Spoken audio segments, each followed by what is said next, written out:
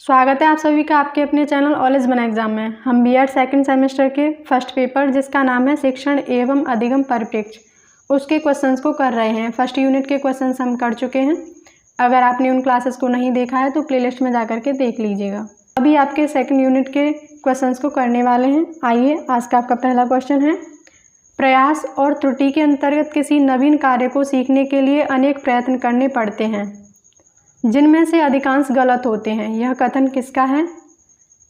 Option A है Thorndike का, B है वुडवर्थ का, सी है स्किनर का, डी है कोलसनिक का।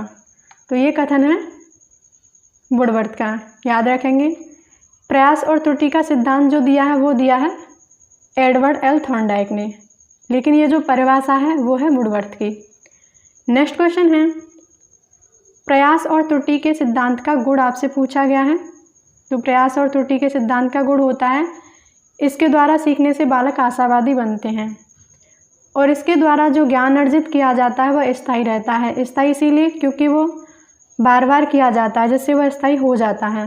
मंदबुद्धि बालक भी इस सिद्धांत के द्वारा सीख सकते हैं। आंसर रहेगा ऑप्शन डी। नेक्स्ट क्वेश्चन है, संबंध प्रतिक्रिया का सिद्धांत कहलाता है। ट्रायल एंड एरर थ्योरी के सिद्धांत को कई नामों से जाना जाता है, जिनमें से एक नाम है अनुक्रिया अनुबंध का सिद्धांत, एक नाम है उद्दीपक अनुक्रिया का सिद्धांत, एक नाम है संबंधवाद का सिद्धांत। इसके अलावा साहचर्य सिद्धांत के नाम से भी जाना जाता है, अणुवादी सिद्धांत के नाम से भी जाना जाता है। ये एक ही थ्योरी है, नाम इनके अलग अलग हैं। सभी नाम आप याद रखेंगे। नेक्स्ट क्वेश्चन है, संबंध सहज क्रिया में कार्य के प्रति स्वाभाविक उत्तेजक के स्थान पर एक प्रभावहीन उत्तेजक होता है जो स्वाभाविक उत्तेजक से संबंधित किए जाने के कारण प्रभावपूर्ण हो जाता है। यह कथन है लेडल का। नेक्स्ट क्वेश्चन है, संबंध प्रतिक्रिया सिद्धांत का गुण है।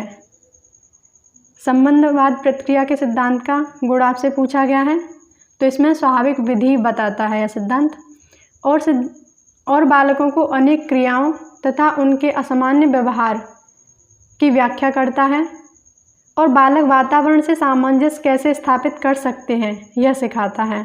आंसर रहेगा ऑप्शन डी। नेक्स्ट क्वेश्चन है, संबंध प्रत्यावर्तन द्वारा सीखने पर प्रभाव डालने वाला कारक क्या है? ऑप्शन ए है प्रेरणा, बी है आशा एवं प्रतीक्षा, सी है पुनरावृत्ति, डी है उपयुक्त सभी। इसमें आपका आंसर रहेगा ऑप्शन डी। नेक्स्ट क्वेश्चन है, संबंध सहज क्रिया एक आधारभूत सिद्धांत है जिस पर सीखना निर्भर करता है। यह कथन किसका है पूछा गया है, तो ये है प्रोफेसर बी.एफ. स्किनर का।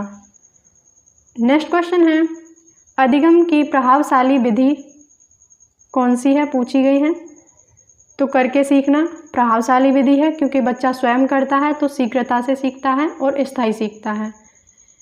दूसरी है अनुकरण के द्वारा सीखना, बच्चा शैशवकाल से ही अनुकरण के द्वारा सीखने लगता है, आप सभी जानते हैं, और निरीक्षण करके भी बच्चा सीखता है। आंसर क्या रहेगा? Option D. नेक्स्ट क्वेश्चन है, निरीक्षण सूचना प्राप्त करने, आधार सामग्री एकत्रित करने, वस्तुओं और घटनाओं के विषय में सही विचार प्राप्त करने का साधन है। यह कथन किसका है? तो ये है सिम्पसन साहब का। ठीक है। नेक्स्ट क्वेश्चन है, थॉर्नडाइक ने अपनी बिल्ली को भूखा रखा था। आप सभी जानते हैं एडवर्ड एल थॉर्नडाइक प्रयास एवं त्रुटि का सिद्धांत दिया, जिसे आप ट्रायल एंड एरर के नाम से भी जानते हैं, साहचर्य सिद्धांत के नाम से भी जानते हैं, अणुवादी सिद्धांत के नाम से भी जानते हैं।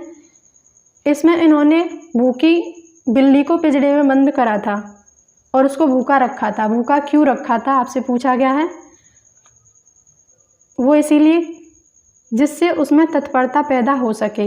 तत्परता पैदा हो सके किसके प्रति? उद्दीपक के प्रति। उद्दीपक क्या था? उसके सामने रखा हुआ मछली के मांस का टुकड़ा, उसके लिए उद्दीपक था। उद्दीपक क्यों था? क्योंकि उसे भूख थी। भूख थी इसीलिए वह तत्पर थी उसको पाने के लिए। ठीक है। नेक्स्ट क्वेश्चन है, निम्नलिखित में से थॉर्नडाइक द्वारा प्रतिपादित अधिगम का नियम कौन सा नहीं है? आप सभी जानते हैं थॉर्नडाइक ने 3 प्राथमिक नियम बताए हैं और 5 द्वितीयक नियम बताए हैं, जिनमें से प्राथमिक नियम है अभ्यास का नियम, दूसरा है प्रभाव का नियम, एक है तत्परता का नियम।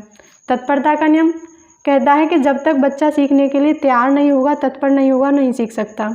दूसरा है अभ्यास का नियम। अगर हम अभ्यास नहीं करेंगे तो हमारा ज्ञान अस्थायी नहीं रहेगा, हमें याद नहीं रहेगा, इसीलिए अभ्यास किया जाता है। तीसरा है प्रभाव का नियम। प्रभाव का नियम बताता है कि जिस भी चीज़ को करने से अगर सकारात्मक प्रभाव अगर हमें देखने को मिलता है कुछ भी करने से, तो हम वो काम फिर से करेंगे। ये तीनों नियम बताए हैं थॉर्नडाइक ने, जो कि प्राथमिक नियम के अंतर्गत आते हैं। ठीक है, नेक्स्ट क्वेश्चन है, व्यवहार में आने वाले किस प्रकार के परिवर्तन को अधिगम कहा गया है? तो व्यवहार में आने वाले स्थायी परिवर्तन को अधिगम कहा जाता है, अस्थायी परिवर्तन को अधिगम नहीं कहेंगे। अगर किसी को फीवर वगैरह हो जाता है, उसमें बच्चा अगर बड़बड़ाने लगता है तो वो उसका अधिगम नहीं है, स्थायी परिवर्तन ही अधिगम होता है। नेक्स्ट क्वेश्चन है, प्राचीन अनुबंधन का प्रतिपादन किसने किया था? ऑप्शन ए है कोहलर ने, बी है इवान पावलाव ने, सी है जॉन ड्यूवी ने, डी है बैरव टरेव ने। इसमें आपका आंसर रहेगा ऑप्शन बी। प्राचीन अनुबंधन का सिद्धांत दिया है पावलाव ने, जिसे शास्त्रीय अनुबंधन के सिद्धांत के नाम से भी जानते हैं। आप सभी जानते हैं कि इन्होंने भूखे कुत्ते पर अपना प्रयोग किया था। नेक्स्ट क्वेश्चन है, पावलाव ने अपने प्रयोग किस पर किया है? तो वो किया है कुत्ते पर। नेक्स्ट क्वेश्चन है, जब अस्वाभाविक उद्दीपक के साथ स्वाभाविक प्रतिक्रिया संबंधित हो जाती है तो यह सिद्धांत क्या कहलाता है? तो ये सिद्धांत कहलाता है अनुबंधन का सिद्धांत। आप सभी जानते हैं, ये दिया है इवान पावलाव ने, जिसमें उन्होंने एक भूखे कुत्ते को पिंजरे में बंद कराया और उस भूखे कुत्ते के सामने जब भोजन ले जाया जाता है तो वो लार टपकाता है, और भोजन के साथ उन्होंने एक अस्वाभाविक उद्दीपक भी पेश करते हैं, वो जो कि घंटी की आवाज़ होती है। उसके साथ भी वह स्वाभाविक प्रतिक्रिया, उसकी स्वाभाविक प्रतिक्रिया होती है लार का टपकाना, वो उसके साथ भी लार को टपकाता है, घंटी के साथ भी। आप सभी जानते हैं, आपने ये थ्योरी पढ़ी होगी। नेक्स्ट क्वेश्चन है, पावलाव के प्रयोग में भोजन किस प्रकार का उद्दीपक था? पावलाव के प्रयोग में भोजन अनानुबंधित प्रकार का उद्दीपक था, वो स्टिमुलस का कार्य करता है जो भोजन है कुत्ते के लिए। नेक्स्ट क्वेश्चन है, किस प्रकार के अधिगम में प्रतिक्रिया पुरस्कार का कारण बनती है? ये बनती है नैमित्तिक अनुबंधन। ये दिया किसने है? Professor B.F. स्किनर ने। नेक्स्ट क्वेश्चन है, अधिगम का गेस्टाल्ट सिद्धांत कौन सा है? ऑप्शन ए है प्रयास एवं भूल का सिद्धांत, ऑप्शन बी है शास्त्रीय अनुबंधन का सिद्धांत, सी है अंतर्दृष्टि का सिद्धांत, डी है अनुकरण का सिद्धांत।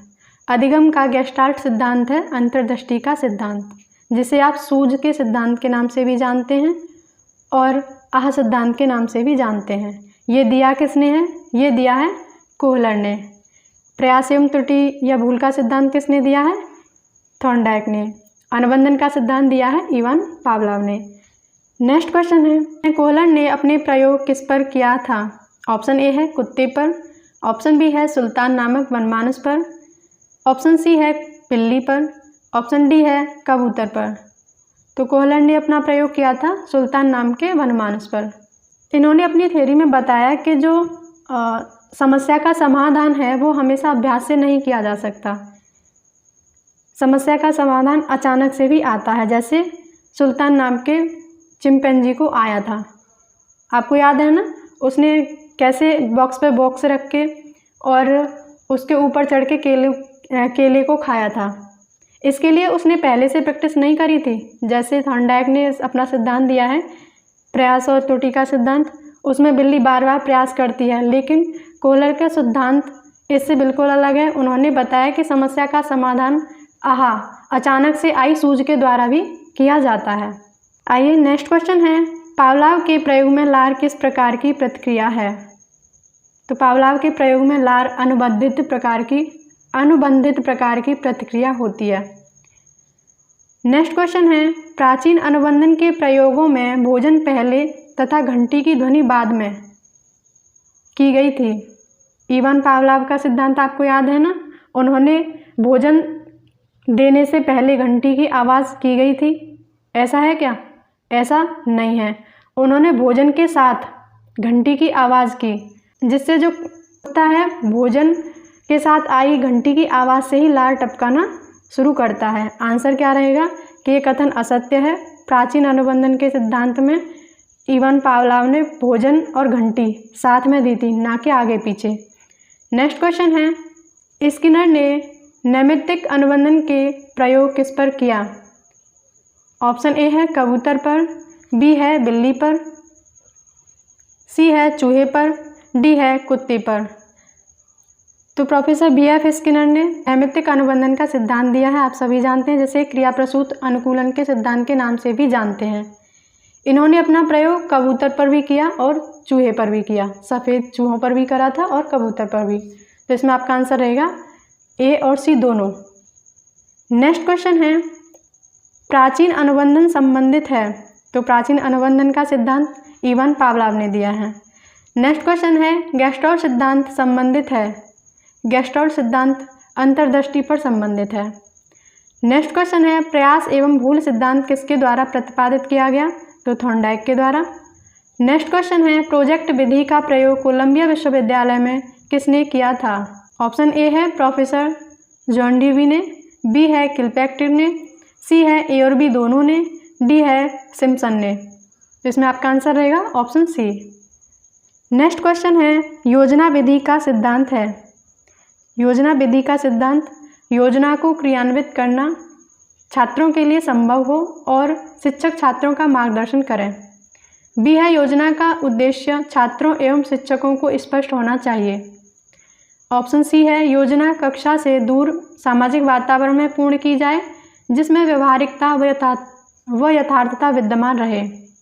ऑप्शन डी है उपयुक्त सभी। आंसर रहेगा ऑप्शन डी।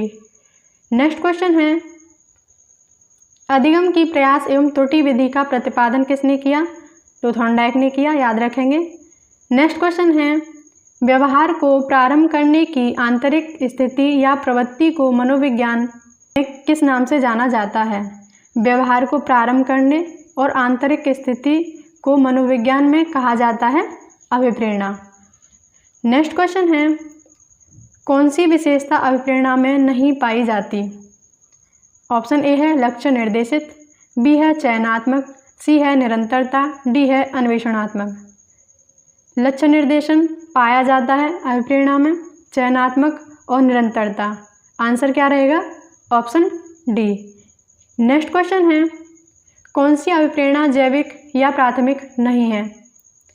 अभिप्रेरणा को दो भागों में देखा जाता है, जैविक और सामाजिक।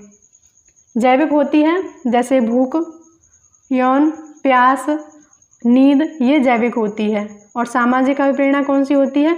उपलब्धि, हमारी समाज में एक पद प्रतिष्ठा हो, हमें सभी प्यार करें, ये है सामाजिक अभिप्रेरणा। नेक्स्ट क्वेश्चन है, मानव जीवन के लिए कौन से अभिप्रेरक अधिक आवश्यक हैं? ऑप्शन ए है जैविक या प्राथमिक, बी है सामाजिक या अर्जित, सी है उपलब्धि, डी है संवेग। मानव जीवन के लिए कौन से अभिप्रेरक अधिक आवश्यक होते हैं? तो ये होते हैं जैविक। नेक्स्ट क्वेश्चन है, ये होते हैं जैविक क्योंकि पहले भूख, नींद और प्यास ये ज़रूरी चीज़ें हैं, न कि पद प्रतिष्ठा। नेक्स्ट क्वेश्चन है, कौन सी अभिप्रेरणा अर्जित या सामाजिक नहीं है? ऑप्शन ए है संबंध, हमारे संबंध कैसे हैं समाज में एक दूसरे के साथ, बी है नीड, सी है अनुमोदन, हमें प्यार मोहब्बत करने वाले कैसे हैं, डी है आकांक्षा स्तर। तो इसमें आपका आंसर क्या रहेगा? Option B. ये नींद जो है सामाजिक अभिप्रेरणा नहीं है, ये जैविक अभिप्रेरणा है। बाकी संबंध, अनुमोदन, आकांक्षा स्तर ये अर्जित अभिप्रेरणा या सामाजिक अभिप्रेरणा के अंतर्गत आते हैं। नेक्स्ट क्वेश्चन है, निम्नलिखित में से कौन अभिप्रेरित व्यवहार का लक्षण है? ऑप्शन ए है हृदय गति में परिवर्तन। अभिप्रेरित व्यक्ति में हृदय की गति में परिवर्तन होगा क्या? नहीं होगा। क्या होगा? व्यवहार में दिशा मिलेगी, उसे व्यवहार में परिवर्तन होगा। नेक्स्ट क्वेश्चन है, आंतरिक शारीरिक संतुलन की प्रक्रिया का क्या नाम है? तो इसका नाम है समवस्थापन। नेक्स्ट क्वेश्चन है, अग्र हाइपोथैलेमस के मध्य भाग में आघात पहुंचने से खत्म होता है, तो ये होता है लैंगिक व्यवहार खत्म। नेक्स्ट क्वेश्चन है, जोखिम उठाने की विशेषता क्या सूचित करती है? ऑप्शन ए है उच्चाधिगम, बी है उपलब्धि प्रेरक, सी है परिपक्वता, डी है उदोलन। तो इसमें आपका आंसर रहेगा ऑप्शन बी, उपलब्धि अभिप्रेरक, जो कि उठाने की विशेषता को सूचित करते हैं। नेक्स्ट क्वेश्चन है, मैकक्लीलैंड ने किस प्रेरक का व्यापक अध्ययन किया? ऑप्शन ए है उपलब्धि का, बी है अनुमोदन का, सी है भूख का, डी है प्यास का। तो उन्होंने किया था उपलब्धि अभिप्रेरक का। नेक्स्ट क्वेश्चन है, यौन अभिप्रेरणा का प्रमुख कारक है? तो ये होते हैं हार्मोन्स। नेक्स्ट क्वेश्चन है, प्यास का कारण है? प्यास का कारण होता है रक्त में पानी की कमी। नेक्स्ट क्वेश्चन है, किस अभिप्रेरक के कारण समास वर्गीकृत किए जाते हैं? ऑप्शन ए है उपलब्धि के कारण, बी है अनुमोदन अभिप्रेरक के कारण, सी है शक्ति प्रेरक के कारण, डी है लैंगिक के कारण। तो इसमें आपका आंसर रहेगा ऑप्शन बी, अनुमोदन के कारण। नेक्स्ट क्वेश्चन है, किस अभिप्रेरक की उपस्थिति का अनुभव व्यक्ति नहीं करता? ऑप्शन ए है चेतना का, बी है अचेतना का, सी है अचेतन का, डी है उपयुक्त सभी का। तो इसमें आपका आंसर रहेगा ऑप्शन सी, अचेतन का। नेक्स्ट क्वेश्चन है, आमाशय संकुचन के कारण स्त्रियों में किस अभिप्रेरक का अनुभव होता है? तो ये होता है एस्ट्रोजन का। नेक्स्ट क्वेश्चन है, किस शब्द से मोटिव शब्द की उत्पत्ति हुई है? मोटिव शब्द की उत्पत्ति हुई है मोटम से। आंसर रहेगा ऑप्शन ए। नेक्स्ट क्वेश्चन है, अपसारी चिंतन किस बालकों में पाया जाता है? ऑप्शन ए है प्रतिभाशाली बालकों में, बी है समस्यात्मक बालकों में, सी है सृजनशील बच्चों में, डी है मंदबुद्धि बालक में। अपसारी चिंतन पाया जाता है क्रिएटिव बच्चों में। क्रिएटिव बच्चा होता है जो एक ही समस्या को कई तरीकों से हल करता हो, एक ही क्वेश्चन को कई प्रकार से हल करे, उसे कहते हैं क्रिएटिव बालक। नेक्स्ट क्वेश्चन है, पावलोव ने शास्त्रीय अनुबंधन का सिद्धांत जो दिया है उसका प्रयोग किस पर किया है? तो ये किया था कुत्ते पर। नेक्स्ट क्वेश्चन है, सीखने के प्राथमिक नियमों का प्रतिपादन किसने किया है? तो सीखने के प्राथमिक और द्वितीयक नियम किसने बताए हैं? थॉर्नडाइक ने। नेक्स्ट क्वेश्चन है, सक्रिय अनुबंधन सिद्धांत का समर्थक कौन है? तो इसमें आपका आंसर रहेगा प्रोफेसर B.F. स्किनर। सक्रिय अनुबंधन सिद्धांत, जिसे क्रिया प्रसूत अनुबंधन सिद्धांत के नाम से भी जानते हैं और नैमित्तिक अनुबंधन के सिद्धांत के नाम से भी। नेक्स्ट क्वेश्चन है, अधिगम की प्रयत्न और भूल विधि का निम्न में से किसने पहले प्रयोग किया था? ऑप्शन ए है थॉर्नडाइक ने, ऑप्शन बी है कोहलर ने, सी है स्किनर ने, डी है पावलोव ने। तो ट्रायल एंड एरर की थ्योरी दी किसने थी? थॉर्नडाइक ने। कोहलर ने सूझ का सिद्धांत दिया था, स्किनर ने क्रिया प्रसूत अनुबंधन का सिद्धांत और शास्त्रीय अनुबंधन का सिद्धांत दिया था इवान पावलोव ने। नेक्स्ट क्वेश्चन है, अधिगम में अभ्यास के नियम का आशय क्या है? अभ्यास के नियम का आशय होता है किसी बात को व्यवहार में लाना। नेक्स्ट क्वेश्चन है, प्रेरणा छात्र में रुचि उत्पन्न करने की कला है, यह कथन है? तो ये कथन है थॉमसन का। नेक्स्ट क्वेश्चन है, प्रेरणा के स्रोत हैं? तो प्रेरणा के स्रोत होते हैं आवश्यकता, चालक और उद्दीपन तीनों। नेक्स्ट क्वेश्चन है, जैविक प्रेरक हैं, जैविक प्रेरक कौन से होते हैं? नींद, मद्यपान, आत्मगौरव या उपयुक्त सभी। जैविक प्रेरक होते हैं नींद है, भूख है, प्यास है, ये होते हैं जैविक प्रेरक। नेक्स्ट क्वेश्चन है, सामाजिक प्रेरक हैं? ऑप्शन ए है आत्मगौरव, बी है भूख, सी है काम, डी है इनमें से कोई नहीं। सामाजिक प्रेरक होते हैं आत्मगौरव। नेक्स्ट क्वेश्चन है, प्रेरणा कार्य को आरंभ करने, जारी रखने और नियमित करने की प्रक्रिया है, यह किसने कहा है? तो ये कहा है गुड ने। गुड की परिभाषा है, ये याद रखेंगे। नेक्स्ट क्वेश्चन है, निम्न के अभाव में प्रेरणा की प्रक्रिया आरंभ नहीं हो सकती। 4 ऑप्शन है, इसमें से क्या है जिसके अभाव में, जिसकी अनुपस्थिति में प्रेरणा की जो प्रक्रिया है वो प्रारंभ होगी ही नहीं? ऑप्शन ए है प्रोत्साहन, बी है प्रणोदन, सी है आवश्यकता, डी है दंड। आप सभी जानते हैं कि जब तक हमें किसी चीज़ की आवश्यकता नहीं होगी उसके लिए हम मोटिवेट नहीं होंगे, हमें प्रेरणा नहीं मिलेगी। तो प्रेरणा कहाँ से मिलती है? आवश्यकता से। नेक्स्ट क्वेश्चन है, सामाजिक प्रेरक हैं? ऑप्शन ए है भूख, बी है प्यास, सी है प्रेम, डी है आत्मगौरव। क्या आंसर रहेगा? क्या आंसर रहेगा? ऑप्शन डी, सामाजिक प्रेरक है आत्मगौरव, भूख, प्यास, ये जैविक प्रेरक हैं। नेक्स्ट क्वेश्चन है, हम करके सीखते हैं किसने कहा है? ऑप्शन ए है डॉक्टर मैस ने, बी है रॉस ने, सी है सिम्पसन ने, डी है कोलसेनिक ने। हम करके सीखते हैं यह कहा है डॉक्टर मैस ने। नेक्स्ट क्वेश्चन है, अंतर्दृष्टि सिद्धांत का प्रतिपादन किसने किया? तो किया है कोहलर ने। नेक्स्ट क्वेश्चन है, छात्रों को प्रेरित करने की सही विधि है? ऑप्शन ए है उन्हें दंड देकर उन्हें प्रोत्साहित किया जा सकता है, उन्हें प्रेरित किया जा सकता है किसी भी कार्य को करने के लिए। बी है उन्हें फटकार कर, सी है प्रशंसा करके, डी है मारपीट कर। ना तो उन्हें दंड देकर के प्रेरित किया जा सकता है किसी कार्य को करने के लिए, ना ही फटकार कर, मारपीट कर तो बिल्कुल भी नहीं। उनकी प्रशंसा करके उन्हें प्रेरित किया जा सकता है कि नहीं तुम इस कार्य को कर सकते हो, तुम में वो क्षमता है कि कर पाओगे, कर लोगे। अगर ऐसा कहेंगे तो बच्चा कर लेगा, उसे मोटिवेशन तो मिल ही जाएगा। नेक्स्ट क्वेश्चन है, किसने सूझ के सिद्धांत को जन्म दिया?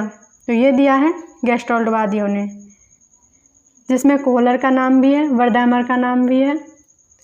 नेक्स्ट क्वेश्चन है, सूझ के सिद्धांत को अन्य किस नाम से जानते हैं? तो सूझ के सिद्धांत को गेस्टाल्ट सिद्धांत के नाम से जानते हैं।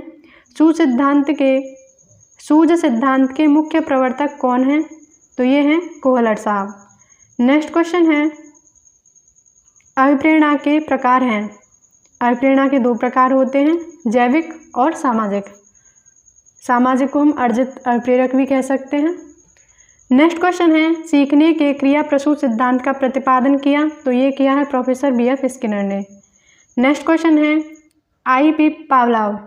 इवान पी पावलोव ने सीखने के किस सिद्धांत का प्रतिपादन किया है? उन्होंने किया है क्लासिकल कंडीशनिंग थ्योरी का। नेक्स्ट क्वेश्चन है, अभिप्रेरणात्मक चक्र के 3 प्रमुख तत्वों में से 2 तत्व आवश्यकता एवं प्रोत्साहन है। तीसरा तत्व आपसे पूछा गया है, तो तीसरा तत्व होता है अभिप्रेरक। नेक्स्ट क्वेश्चन है, सीखने की उद्दीपन अनुक्रिया सिद्धांत के मुख्य प्रतिपादक कौन है? सीखने की उद्दीपक अनुक्रिया के प्रतिपादक हैं थॉर्नडाइक। नेक्स्ट क्वेश्चन है, अंतर्दृष्टि सूझ के सिद्धांत के जनक कौन हैं? तो ये हैं कोहलर। नेक्स्ट क्वेश्चन है, प्रेरणा का प्रश्न क्यों का प्रश्न है? यह कथन किसका है? क्रैच एवं क्रचफील्ड का। नेक्स्ट क्वेश्चन है, किसके अभाव में प्रेरणा की प्रक्रिया प्रारंभ नहीं हो सकती? तो आवश्यकता के अभाव में प्रेरणा की प्रक्रिया आरंभ नहीं हो सकती। आवश्यकता ही नहीं होगी तो प्रेरणा किस काम की? नेक्स्ट क्वेश्चन है, कोहलर निम्न में से किसके लिए जाने जाते हैं? कोहलर जाने जाते हैं सूझ पर अंतर्दृष्टि सिद्धांत के लिए। नेक्स्ट क्वेश्चन है, सूझ के सिद्धांत को किसने जन्म दिया? ये दिया था गेस्टाल्टवादियों ने। हम करके सीखते हैं, यह परिभाषा है डॉक्टर मैस की। नेक्स्ट क्वेश्चन है, सक्रिय अनुबंधन सिद्धांत के प्रवर्तक कौन हैं? सक्रिय अनुबंधन सिद्धांत के प्रवर्तक हैं इवान पावलोव। नेक्स्ट क्वेश्चन है, अधिगम की प्रकृति कैसी है? ऑप्शन ए है अधिगम सामाजिक प्रक्रिया है। ये सही बात है, अधिगम सामाजिक प्रक्रिया है। अधिगम मानसिक प्रक्रिया भी है और अधिगम उद्देश्यपूर्ण प्रक्रिया भी है। आंसर रहेगा ऑप्शन डी। नेक्स्ट क्वेश्चन है, सक्रिय अनुकूलन सिद्धांत के प्रवर्तक कौन हैं? ये हैं professor B.F. Skinner. Next question है, प्रेरणा छात्र में रुचि उत्पन्न करने की कला है। यह कथन किसका है? ये है थॉमसन का। नेक्स्ट क्वेश्चन है, जैविक प्रेरक आपसे पूछा गया है। ये होती है नींद, प्यास, भूख। नेक्स्ट क्वेश्चन है, प्रेरकों की प्रत्याशा का अंतिम परिणाम क्या होता है? ऑप्शन ए है तनाव में वृद्धि होती है, बी है प्रेरणा में वृद्धि होती है, सी है व्यक्तित्व विकृति होती है, डी है इनमें से कोई नहीं। तो प्रेरकों की प्रत्याशा का अंतिम परिणाम होता है तनाव में वृद्धि। नेक्स्ट क्वेश्चन है, निम्न में से कौन प्रेरणा के स्रोत हैं? ये सभी प्रेरणा के स्रोत होते हैं आवश्यकता। जब आवश्यकता होती है तो चालक होता है, उद्दीपन होता है। आंसर क्या रहेगा? Option D. आपकी सेकंड यूनिट कंप्लीट होती है। नेक्स्ट यूनिट को हम नेक्स्ट क्लास में करेंगे।